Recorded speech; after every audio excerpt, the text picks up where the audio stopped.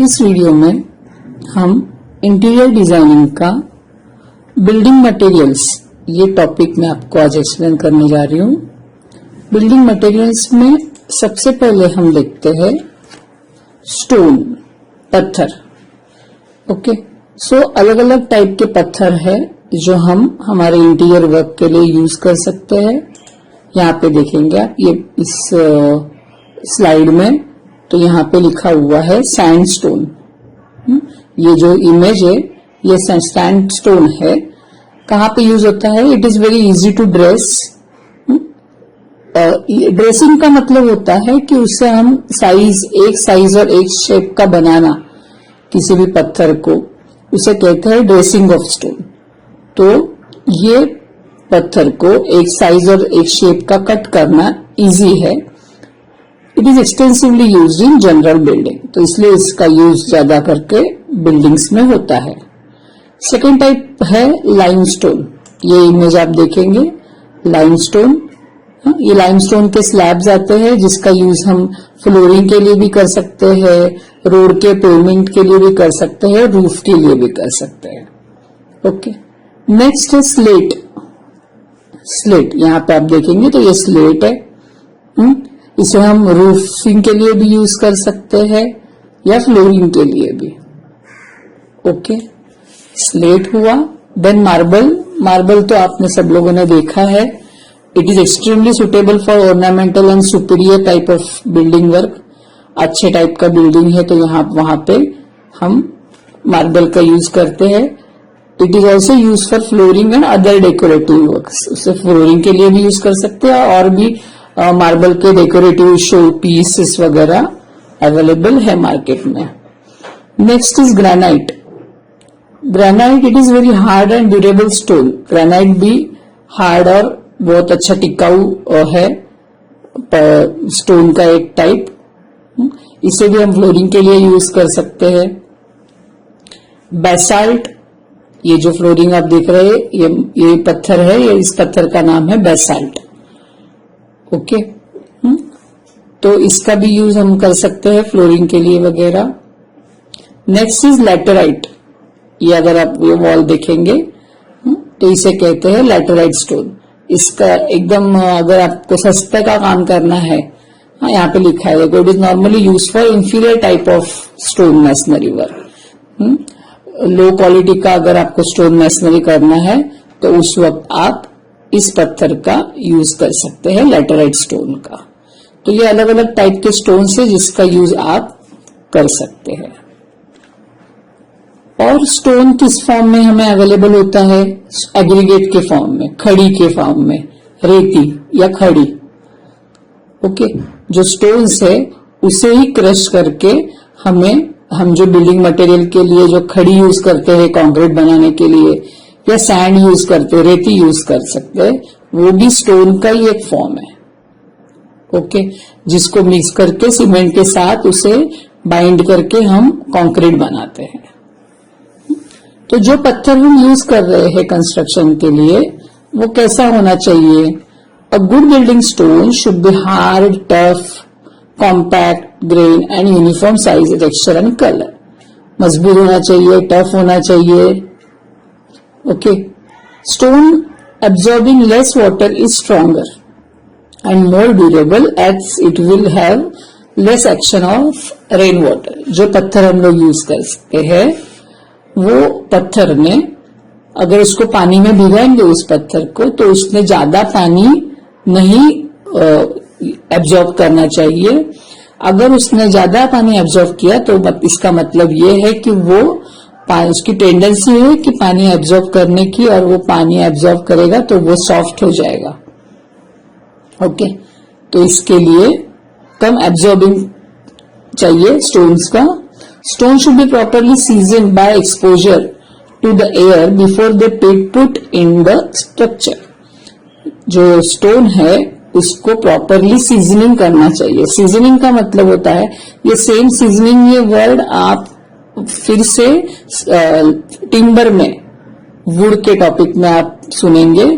Seasoning ये word का मतलब ये है कि उस पत्थर में अगर कोई मॉइस्चर प्रेजेंट है, अगर वो पत्थर गीला है तो उसे हवा में छोड़ के, एयर में ही रख के, उसमें का जो एयर कंटेंट है, मॉइस्चर कंटेंट है, उसे निकाल देना चाहिए और फिर वो पत्थर को यूज करना चाहिए।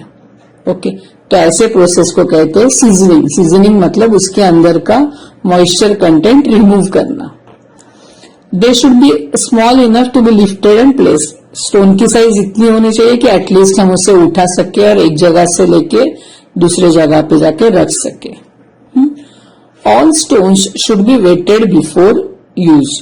जो पत्थर हम यूज कर रहे हैं उसे यूज करने से पहले हमें भिगाना है पानी में।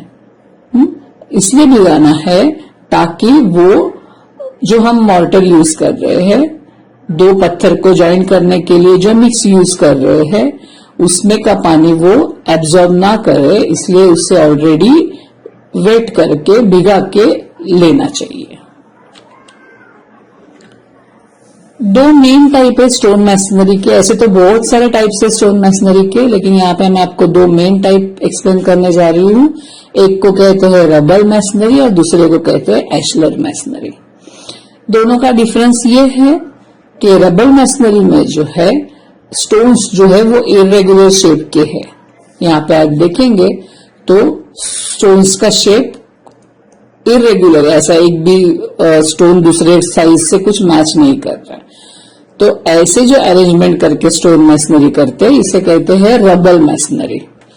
और अगर स्टोन को एक साइज और एक शेप का कट करके उसको प्रॉपरली ड्रेस करके, ड्रेसिंग करना मतलब उसको एक साइज और एक शेप का बना के उससे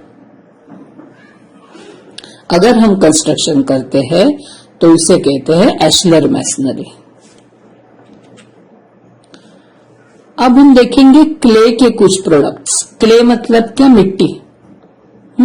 मिट्टी से क्या बनता है? सबसे मेन तो ईंट बनती है, ब्रिक। ओके, कैसे बनती है ईंट? ईंट बनाने में सबसे 4 मेन ऑप्शंस है, 4 मेन प्रिपरेशन के स्टेप्स है। उससे पहले उसका मिक्सचर बनाया जाता है और प्रिपरेशन, फिर उस ईंट को मोल्ड में डाल दिया जाता है, साँचे में डाल दिया जाता है, फिर वो ईंट को धूप में सुखाया जाता है और फिर उसे भट्टी में जलाते हैं। तो इस तरह से ईंट बनती है। ईंट की जो साइज है यहाँ पे मैंने दी हुई है 9 inch by 4 inch by 3 inch. तो इस तरह से ये ईंट की साइजेस है। ईंट के प्रॉपर्टीज क्या है? ब्रिक कैसी होनी चाहिए? The surface should not be too smooth because mortar will not stick to it. ईंट का जो ये सरफेस है ज्यादा भी स्मूथ नहीं होना चाहिए। अगर ज्यादा स्मूथ रहा तो उस पे मॉर्टर नहीं बैठेगा, मॉर्टर नहीं चिपकेगा। तो ईंट का सरफेस थोड़ा रफ होना चाहिए। और ईंट चेक करने का एक टेस्ट है कि 2 ईंट एक लेकर उसे एक दूसरे के ऊपर आप पटकिए, पटकने के बाद उसमें से मेटालिक साउंड आना चाहिए। मेटल का जैसे साउंड आता है वैसे अगर साउंड आया तो आप समझ सकते कि वो ईंट अच्छी है। और एक ईंट की टेस्ट है कि आप नीचे एक जमीन पे ईंट रखिए और ऊपर से दूसरी एक ईंट नियरली 4 से 5 फीट के हाइट से दूसरी ईंट उस ईंट पे छोड़ दीजिए। अगर वो ईंट टूट गई तो आप समझ लेना कि वो ईंट कच्ची है।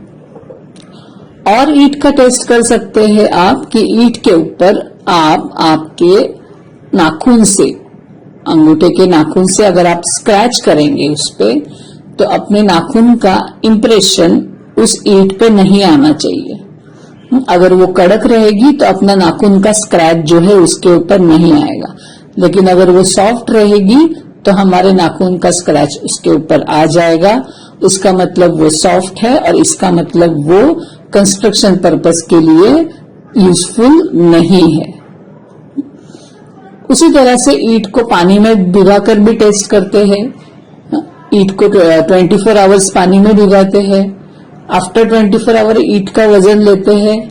उसने अपने खुद के वजन से 20% से ज्यादा पानी एब्जॉर्ब नहीं करना चाहिए। अगर उसने ज्यादा पानी एब्जॉर्ब किया इसका मतलब वो ईंट ज्यादा पानी पीने वाली है और वो नरम पड़ेगी और जो पर्पज है हमारा वो हमारा पर्पस सॉल्व नहीं होगा अच्छी वॉल कंस्ट्रक्ट करने का। Okay, bricks are extensively use for construction of building exteriors and interiors. दोनों जगह पे कंस्ट्रक्ट करने के लिए हम ब्रिक का यूज कर सकते हैं। नेक्स्ट है टाइल्स। अलग अलग टाइल्स है, मिट्टी के क्या बन सकते हैं, टाइल्स बन सकते हैं। पहले टाइल्स कौन से हैं, फ्लोरिंग के लिए जो हम यूज करते हैं वो, रूफिंग टाइल रूफ के लिए यूज कर सकते हैं, जैसे कि मैंगलोर टाइल है, इलाहाबाद टाइल है, तो ये सब टाइल्स जो है जो हम रूफ के लिए यूज कर सकते हैं। Next is quarry tile. Quarry tiles मतलब क्या, they are very dense and possesses good wear resisting property, मजबूत रहती है बहुत, तो generally they are use for heavy wear and chemical resisting floor. जहां पे जिस फ्लोर पे केमिकल गिरने का चांस है या बहुत सारे मशीन्स चलने वाले उसमें फैक्ट्रीज वगैरह में, तो उस जगह पे क्वेरी टाइल्स का यूज कर सकते हैं। ग्लेज्ड अर्दनवेयर टाइल्स, ग्लेज रहता है टाइल्स को, एक साइड पे उसके ग्लेज रहता है, दूसरी जो साइड है वो नॉर्मल रहती है, जिससे हम फिक्स कर सकते हैं वॉल पे। आपने देखा रहेगा किचन में, बाथरूम में हमारे जो टाइल्स है उसे क्या कहते हैं, ग्लेज टाइल कहते हैं। एक साइड उसकी शाइनिंग रहती है, कोई भी कलर रहता है, डिजाइन रहती है, और दूसरी साइड जो है वो प्लेन रहती है, plain in the sense rough रहती है, ताकि वो मॉर्टर से वो चिपक सके, तो उसे कहते हैं ग्लेज टाइल्स।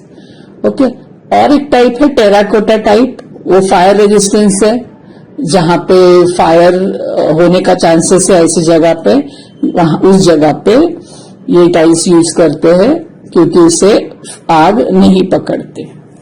तो ये अलग अलग टाइप के टाइल्स भी हम बनाते हैं क्लेस के, अब आपके रिक्वायरमेंट के हिसाब से यूज कर सकते हैं।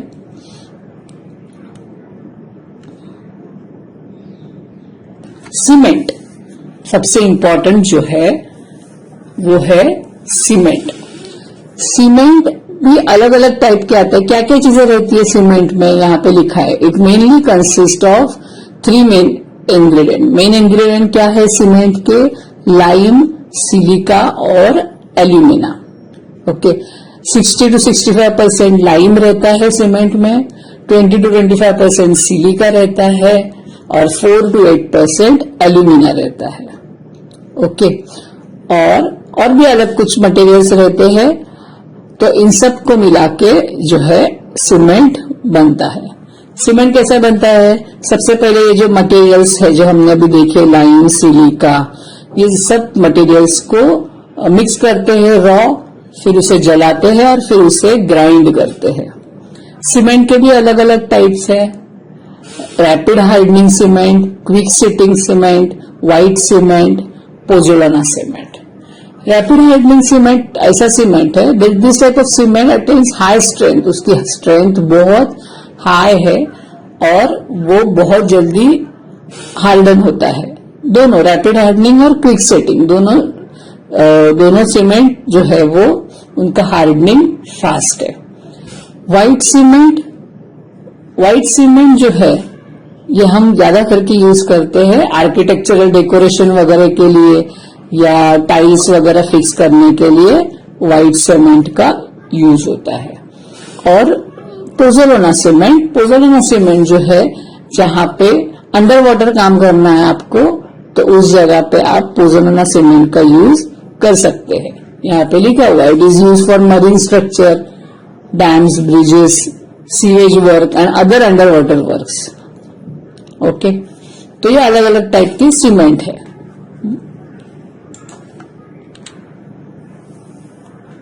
मॉर्टर मतलब क्या, तो ब्रिक मैसनरी, ईंट का बांधकाम करने के लिए 2 ईंट के बीच में का जो जॉइंट हम भरते हैं जो मिक्सचर से, उस मिक्सचर को कहते हैं मॉर्टर। फिर वो अगर हम सीमेंट और सैंड का मिक्स करते हैं तो हम उसे कहेंगे सीमेंट मॉर्टर। तो जनरली हम लोग सीमेंट मॉर्टर यूज करते हैं ब्रिक वर्क के लिए या स्टोन वर्क के लिए। It is the mixture of binding material. Okay, अब उस सीमेंट के जगह पे लाइम हो सकता है, पहले जमाने में यूज करते थे, ओके, चूना यूज करते थे। तो अलग अलग टाइप के, उसका पर्पस तो देख लिया मैंने, बताया आपको। क्या है पर्पस? टू यूनाइट ब्रिक और stone in construction, brick masonry और स्टोन मैसनरी, दो ईंट को जोड़ने का काम वो करती है। सबसे मेन 3 टाइप के मॉर्टर्स हम बना सकते हैं। हम यूज तो करते हैं सीमेंट मॉर्टर, लेकिन लाइम मॉर्टर भी हम यूज कर सकते हैं। उसमें क्या मिक्सचर रहेगा? लाइम, चूना मतलब सैंड और पानी, इसके मिक्सचर को क्या कहते हैं? Lime mortar. Okay. Cement mortar, cement mortar में क्या रहेगा? लाइम के जगह पे यहाँ पे सीमेंट रहेगा, सैंड रहेगा और पानी रहेगा, सीमेंट, रेती और पानी। ओके। उसी तरह से सुर्खी मॉर्टर भी आता है, जो बहुत कम यूज होता है, लाइम, सुर्खी और पानी का मिक्सचर। तो ये 3 मेन टाइप के मॉर्टर है जिससे हम ब्रिक वर्क या स्टोन वर्क का जॉइंट बना सकते हैं। कंक्रीट, कंक्रीट वर्ड भी आपने सुना है। सीमेंट, सैंड, एग्रीगेट, ये सब का मिक्सचर करके जो स्ट्रक्चर बनाते हैं उसे कहते हैं कंक्रीट। ओके। अब कंक्रीट के भी अलग अलग टाइप है, मैं आपको बताती हूँ। सबसे पहला टाइप है कंक्रीट का plane cement concrete. Plane cement concrete मतलब क्या? तो सीमेंट, रेती, खड़ी और पानी, इसके मिक्सचर को कहते हैं प्लेन सीमेंट कंक्रीट, जिसमें स्टील ये नहीं यूज होता है। ओके। आपको घर का कोबा करना है समझो, या फाउंडेशन के नीचे आपको एक लेयर डालना है ताकि कंक्रीट का कांटेक्ट डायरेक्टली सॉइल से ना आए, तो ऐसी जगह पे आप पीसीसी का यूज कर सकते हैं। Second is RCC, reinforced cement concrete. इसमें क्या होता है? सीमेंट, रेती, खड़ी, एग्रीगेट और उसके साथ क्या यूज करते हैं? स्टील भी यूज करते हैं, खड़ी भी यूज करते हैं। ऐसे स्ट्रक्चर को क्या बोलते हैं? RCC structure. हमारी जो घर है, बिल्डिंग है, तो ये जो बिल्डिंग स्ट्रक्चर है इसमें के कॉलम, बीम, स्लैब, ये सब किससे बने हैं? आरसीसी से बने हैं। Okay. Next is pre stressed concrete. Pre stressed concrete यहाँ पे लिखा है क्या? It is a modification over RCC in which steel provide high initial compressive stresses in the concrete. Steel को जो है कंक्रीट के अंदर प्रेशर से पुट करते हैं और प्रीस्ट्रेस कंक्रीट क्रिएट करते हैं। प्रीस्ट्रेस कंक्रीट ये बहुत बड़ा टॉपिक है, ऐसे एक सेंटेंस में या एक लेक्चर में आपको मैं एक्सप्लेन नहीं कर सकती हूँ। और इंटीरियर पॉइंट ऑफ व्यू आपको प्रीस्ट्रेस कंक्रीट के टॉपिक में ज्यादा आपको इन्वॉल्व होना जरूरी भी नहीं है, क्योंकि आप उसमें आपका उसमें कोई ज्यादा रोल नहीं रहने वाला है। लाइम कंक्रीट, लाइम कंक्रीट में क्या होता है? लाइम और रेती और खड़ी और पानी, इसका मिक्सचर है, उसे कहते हैं lime concrete. Then reinforced brick concrete. Brick work में ही स्टील का यूज करते हैं। ब्रिक वर्क को मजबूत करने के लिए स्टील का यूज करते हैं, उसे कहते हैं reinforced brick work. Okay. In reinforced brick concrete steel rods are embedded in cement concrete. थोड़ा बहुत ईंट का बांधकाम हो गया एक सर्टेन लेवल तक, फिर उसके ऊपर कंक्रीट डाल देंगे, सलिया डाल देंगे और फिर से उसके ऊपर ब्रिक वर्क करना स्टार्ट कर देंगे। ओके। तो ये थोड़ा आरसीसी से सस्ता पड़ता है, इसलिए जहां पे ज्यादा लोडिंग नहीं है बिल्डिंग की, वहां पे इसे हम यूज कर सकते हैं रेनफोर्स्ड ब्रिक कंक्रीट को। टिम्बर, टिम्बर मतलब आप लकड़ा बोल सकते हैं इंजीनियरिंग लैंग्वेज में। लकड़े को ऐसे हम जनरल लकड़े को वुड कहते हैं, लेकिन टेक्निकली टिम्बर वुड को टिम्बर कहते हैं। ओके। जिसका यूज हम डोर, विंडोज बनाने के लिए, रूफिंग पर्पस के लिए, रूफ बनाने के लिए हम टिम्बर का यूज कर सकते हैं। अलग अलग टाइप के पेड़ है, उससे अलग अलग टाइप के आपको टिम्बर फॉर्म मिलते हैं। बबूल, देवदार, टीक, साल, आपने सुने रहेंगे ये झाड़ों के नाम। तो ये सब वुड आपको मार्केट में अवेलेबल है। अब ये वुड में सबसे मेन हम पहले देखते हैं वुड का प्रॉपर्टीज देखते हैं। यहाँ पे प्रॉपर्टीज ऑफ वुड कैसा होना चाहिए। Timber should have sufficient weight, लकड़े को सफिशिएंट वेट होना चाहिए उसे। A timber with heavy weight is considered to be sound and strong. जो टिम्बर हेवी है उससे हम कहेंगे कि वो स्ट्रांग है। ओके, टिम्बर का जो स्ट्रक्चर है वो भी हार्ड होना चाहिए।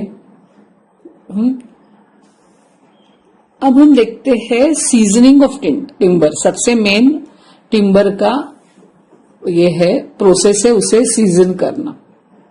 सीजनिंग करना मतलब क्या, मैंने अभी आपको जब स्टोन एक्सप्लेन किया तभी मैंने ये वर्ड लिया था कि सीजनिंग करना मतलब ये जो लकड़ी है, झाड़ से अगर निकालेंगे लकड़ी को तो उसके अंदर मॉइस्चर रहेगा, एक प्रकार का लिक्विड रहेगा उसके अंदर।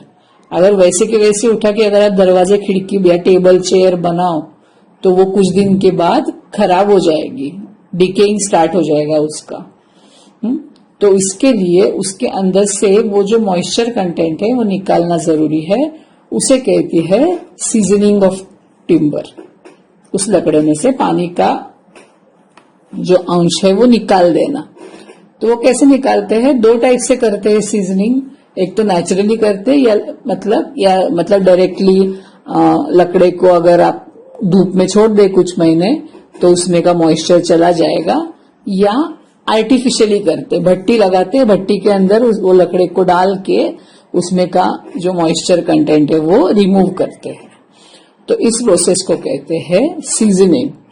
जिस तरह से डोर, विंडोज या फर्नीचर बनाने से पहले वो टिम्बर को सीजन करना जरूरी है, उसी तरह से उसे प्रिजर्व करना, उसे संभाल के रखना भी जरूरी है, क्योंकि उसको हमें चलाना है बहुत साल।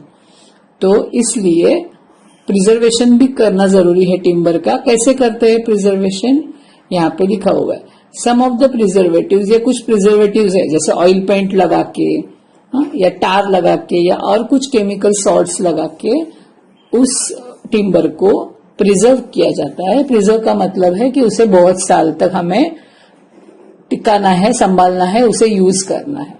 नहीं तो क्या हो जाएगा, इंसेक्ट है, कीड़े है, पानी है, उस वजह से उसका नुकसान हो सकता है। Plywood and related product. Plywood सुना रहेगा अपने वर्ड, तो उसका हम देखते हैं। प्लाईवुड का ये देखिए, देखा आप सब लोगों ने प्लाईवुड कैसे बनता है। Plywood, these are prepared by cementing together thin boards और शीट्स वुड इनटू पैनल। लकड़ी के एक पैनल को एक के ऊपर एक इस तरह से पैनल रखकर उसे चिपकाया जाता है और उससे प्लाईवुड बनता है। 3 और मोर विनियर्स, कितने लेते हैं शीट्स, 3 या उससे ज्यादा। ओके, 3, 5, 7 ऐसे नंबर्स में शीट्स लेंगे और उससे एक के ऊपर एक रख के उसे चिपका देते हैं और प्लाईवुड बनाते हैं। आपने देखा रहेगा बहुत सारे फर्नीचर है जिसमें हम प्लाईवुड का यूज करते हैं। ओके, फाइबर बोर्ड, ये भी देखा रहेगा आपने फर्नीचर्स में आपके, इसे कहते हैं fibre board. These are rigid boards which are prepared after processing pieces of wood, cane and pressing together. Would और केन को सबको ये करके उसमें प्रेसिंग का प्रोसेस करते हैं, उसे प्रेस करते हैं ताकि ये फाइबर बोर्ड बन जाता है इस तरह।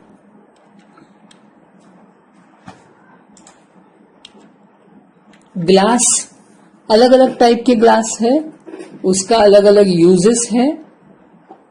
ये मैं आपको प्रेजेंटेशन भेज देने वाली हूं, तो आपको प्रेजेंटेशन से आप रीड करके आप समझ सकते हैं कौन सा टाइप का ग्लास कहां पे यूज होता है।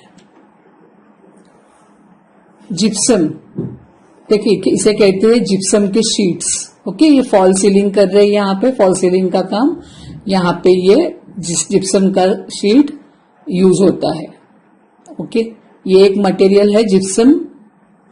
नेक्स्ट मटेरियल आपको मालूम होना चाहिए प्लास्टर ऑफ पेरिस, पीओपी जिसे कहते हैं। ये जो फॉल सीलिंग का काम है ये जनरली इस पीओपी से होता है। ये देखिए, ये मोल्डिंग जो किया हुआ है ये सब पीओपी है, प्लास्टर ऑफ पेरिस। प्लास्टर के ऐसे बोर्ड भी आते हैं, रेडीमेड बोर्ड, इसे भी हम हमारे इंटीरियर वर्क में यूज कर सकते हैं। एस्बेस्टॉस शीट, ये है एस्बेस्टॉस शीट। ये अभी ये कॉरुगेटेड है, मतलब ये ऐसी है, इसे कहते हैं कॉरुगेटेड। प्लेन शीट्स भी अवेलेबल आते हैं, उन प्लेन शीट्स का भी यूज हम हमारे इंटीरियर में कर सकते हैं। अडेसिव्स मतलब क्या? ये जो चिपकाने वाला है सब मटेरियल, टेप हो, गम हो, इसे सबको क्या कहते हैं? इन सबको अडेसिव्स कहते हैं। इसका भी यूज आपको इंटीरियर वर्क में आता ही है। ओके।